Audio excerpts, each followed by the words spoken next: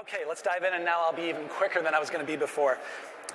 So let's talk about specifying the appropriate wireless system. I was really just talking about the technically appropriate wireless system, so that you can meet the requirements and keep you out of trouble later on. I'm trying to give you things to think about before you choose, so that later on you're not limited by what you've chosen. So why use wireless mics at all and not wired mics? Well, maybe you have a reconfigurable room and you want to be able to move your mics around as needed. Maybe you have a presenter who's mobile. Maybe you just don't like the looks of wires, so aesthetics. So these are all reasons why we go wireless. Or maybe you have that boardroom that no one's going to touch and put a hole in. All right. So we decided to go wireless, but there's going to be some complexity that comes with wireless. So I'm not here to scare you away from wireless, but just some things to think about if you weren't aware of. And wireless is awesome, so no problem there. So the first consideration with wireless is you need to be able to avoid interference. And what interference are we talking about? It's missing right here, but we're talking, one is system-to-system interference. And that's when you just have more than one microphone in the room. Those microphones do interact with each other. And I'm going to come back to that. And outside interference, which is basically digital television. But you also have other wireless technology, whether that's cordless phones or headsets, other microphones. So again, when I was talking about that system-to-system interference between two microphones, one is two microphones have to be set on different frequencies. And I know it seems obvious, but it also needs to be frequencies that are not near each other too, and I'm talking about close to each other. Otherwise, the wireless, the RF that's being transmitted from this microphone right here gets into the electronics of your second microphone and produces what are called intermods. I'm not going to go any further than that, but just know that this is a real world thing that you need to worry about. And intermods also limit how many microphones you can get up at one time. And we're going to come back to that as well. Hey, there's the rest of my slide. All right.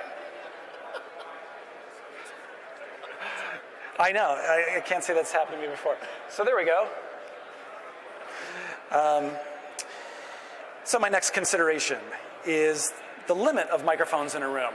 If you had wired mics, and this is what we're all used to, have as many mics as you want. Just throw them in. But wireless does have limitations, and we're going to talk about that as well.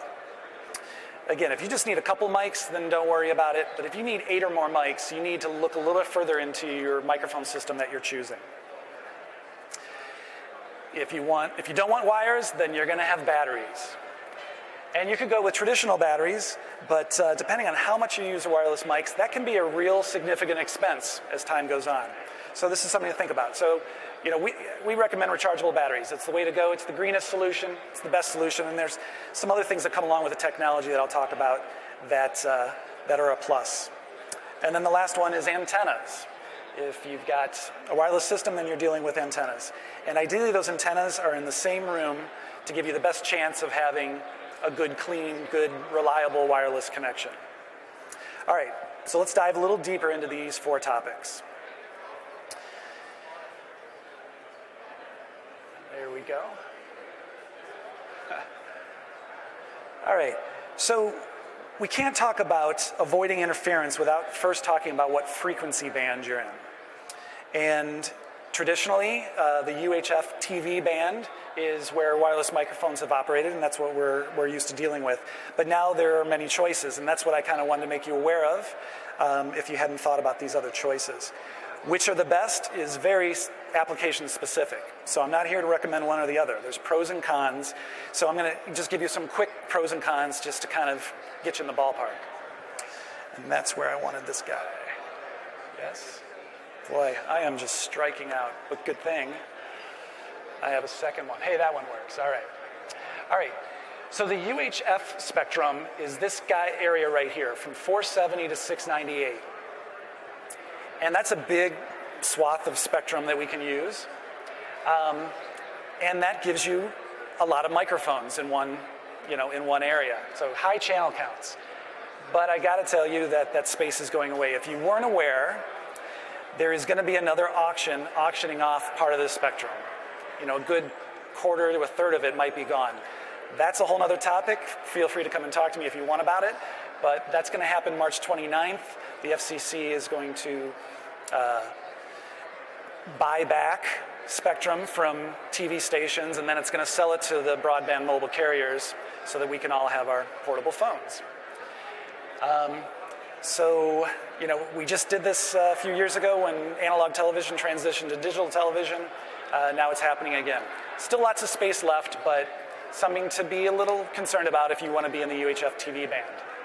So a next option is the 900 megahertz band, which is right about here, a little bit above there.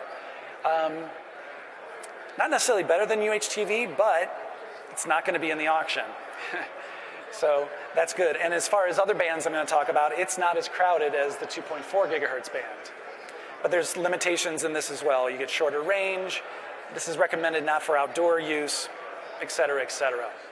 But it is a good option. The decked band refers to 1.92 to 1.93 gigahertz. It's called deck band because that's what everyone calls it. Actually, that's a European name for it, or maybe the rest of the world. In the United States, it's called the UPCS band, but we still just call it the deck band. Now, this has great potential, especially for speech applications.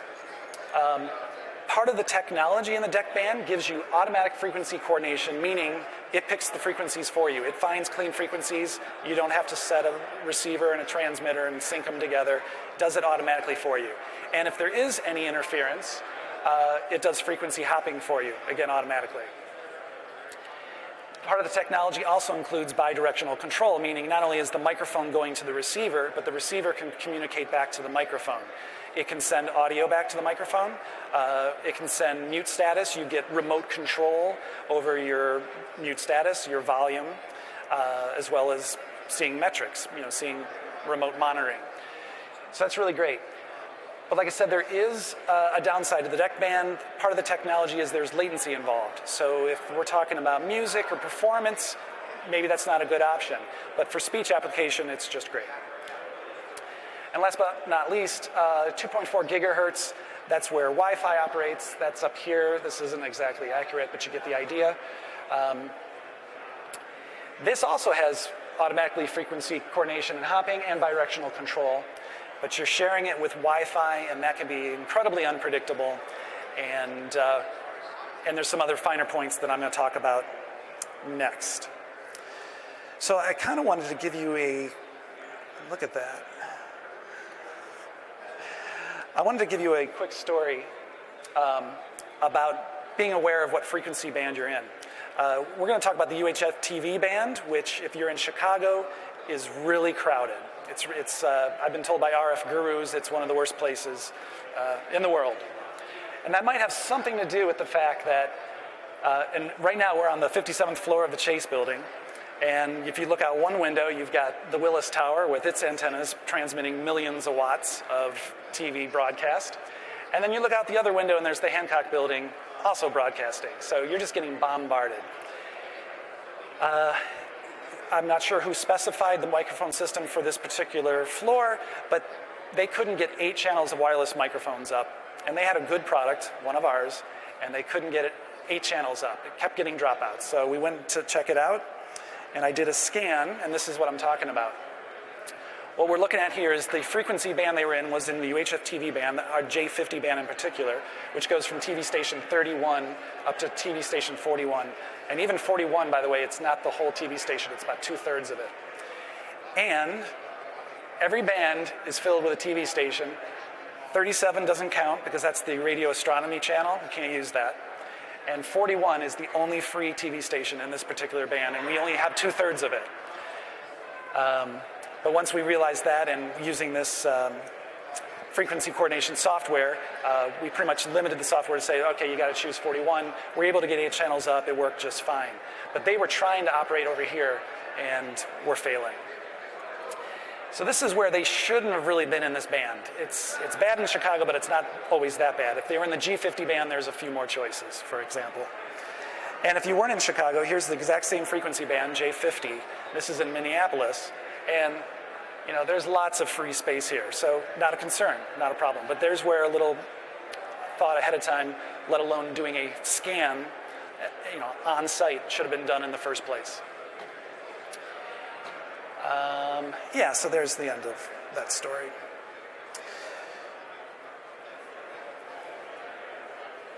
All right.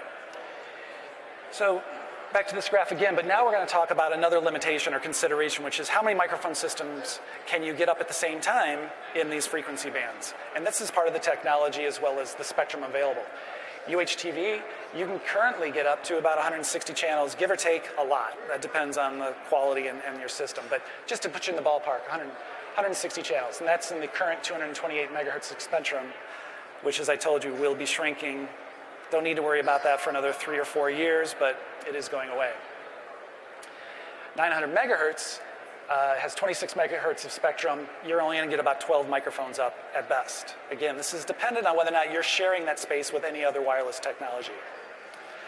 Deck band up to 44, and that's pretty cool considering there's only 10 megahertz of space that we're using. If you're interested, that's done because part of that deck band technology uses TDM, which stands for time division multiplexing, where it actually slices up a frequency into little time slots. And so you're actually sharing time over the same frequency. It's one of the reasons why it has that latency that I mentioned before. 2.4 gigahertz. Some people spec up to 8. I've seen one even spec up to 12. It's not really realistic because you're sharing that space with so many other devices. So typically you're going to get about 4. So that's what I mean by think ahead of time about how many microphones you want. If you just, again, 4 or less, pick wherever you want. But if you're saying, I need 16 channels, well, we can already rule out a couple of these frequency bands, can't we? All right. And again, this is, when I say 160, that's if you had if you weren't sharing that space with anybody else. You still need to know your RF environment, whether or not you're sharing that with other TV stations, which you probably are, and other wireless systems. Okay. So a quick story about that. So here is a multi-purpose room. It's 3 rooms, or it's 1 room that's divisible into 3 rooms, and 64 channels of decked band microphones were spec'd for this room. And we successfully got 64 microphones up in this space, off hours. Turn these guys on during business hours, and suddenly we couldn't get 64. In fact, we could only get around 40 channels. What's up? We do a little investigation, and by a little, I mean we walked across the hall and found this. And this isn't an actual photo, but cubicles with everyone wearing their headsets, their Jabra headsets or whoever. But anyway, those headsets also operate in the deck band. And when those guys fire up, now that we're sharing space with them, and boom, and these headsets quite often come out of the package at full power because the manufacturer wants it to work or be as impressive as possible. And there was our problem. I guess to talk another minute about it, we then talked to the owners of this business. Well, can we do something about this? Because you want your microphones to work, don't you? And they were kind of like, no, we're not going to do anything about that. And we're like, well, can you at least go around and have them turn down their transmitting power? No, we're not going to do that. And we were the ones left having to solve the problem. It seemed a little surprising because most businesses have limitations. You can't bring in a Wi-Fi router and fire that guy up, but somehow deck band is Wild West. I don't know. So we had to then change some of the microphones over to other parts of the spectrum. And that's what I would recommend you do. So the next topic I want to bring up is rechargeable batteries. I'm not going to talk too much about this, but I was saying there was some benefits besides the fact that you have to use batteries. But if you're going to use batteries, let's use rechargeable. With good technology and rechargeable batteries, you're able to not only see how much time is left in bars and all that, you can see how much is left in hours and minutes. And so that's going to alleviate your concern about when's this battery going to die. So I think that's a plus to rechargeable batteries. As well as you can get software or an app that's going to let you remotely see how much is left on that battery and give you some sort of alert, at least turn red, and then you know whether or not to go swap out that transmitter or swap out that battery. So that.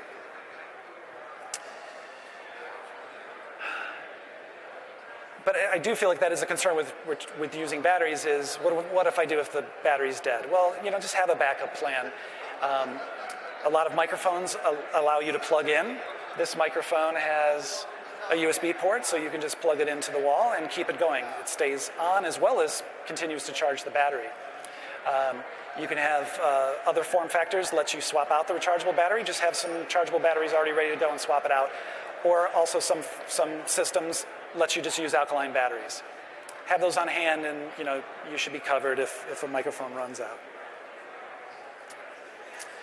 Antennas. The reason I bring this up is because quite often wireless systems get put in, and the antennas get put into the gear closet or want to be out of sight because they're ugly. I understand that, but you're going to be shortchanging your system. So I'm just here to remind you that best practice is not only do you need the antenna in the same room, but it also needs to be line of sight. And the reason I have this silly cartoon here is that people are big bags of salt water, great absorbers of RF. If your antennas are on a cart behind all the people, and all of a sudden your presenter starts having dropouts, it's because of the people. So you got to get those antennas above the people. If you don't want to see the antennas in the room, there are options. Many microphone systems, their antenna is built into their access point, and that's what you're looking at. And it looks no different than a Wi-Fi access point. Shure makes an antenna that looks just like an access point. So this is a UHTV antenna that you can paint, put on the wall, and it's not ugly. So just wanted to point that out.